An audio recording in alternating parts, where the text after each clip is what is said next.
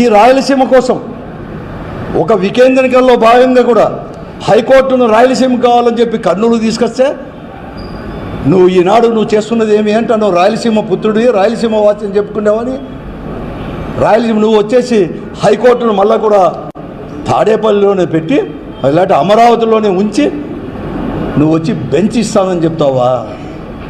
ఇదే నువ్వు రాయలసీమకు చేసేది మేలు? కడప గడ్డపైన నిలబడుకొని ఇవే మాట్లాడేది మీరు.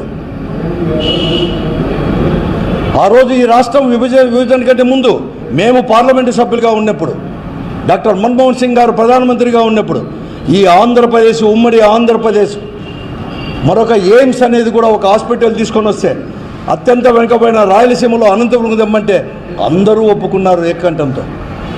రాష్ట్రం విడిపోయిన తర్వాత నువ్వు మొట్టమొదటి ముఖ్యమంత్రి అయిన తర్వాత రాయలసీమకు, ముఖ్యంగా అనంతపురం జిల్లాకు ద్రోహం చేస్తూ ఆ ఎయిమ్స్ హాస్పిటల్ తీసుకొచ్చి మళ్ళా కూడా మంగళగిరిలో పెట్టడం నువ్వు రాయలసీమకు మేలు చేసేవానివే.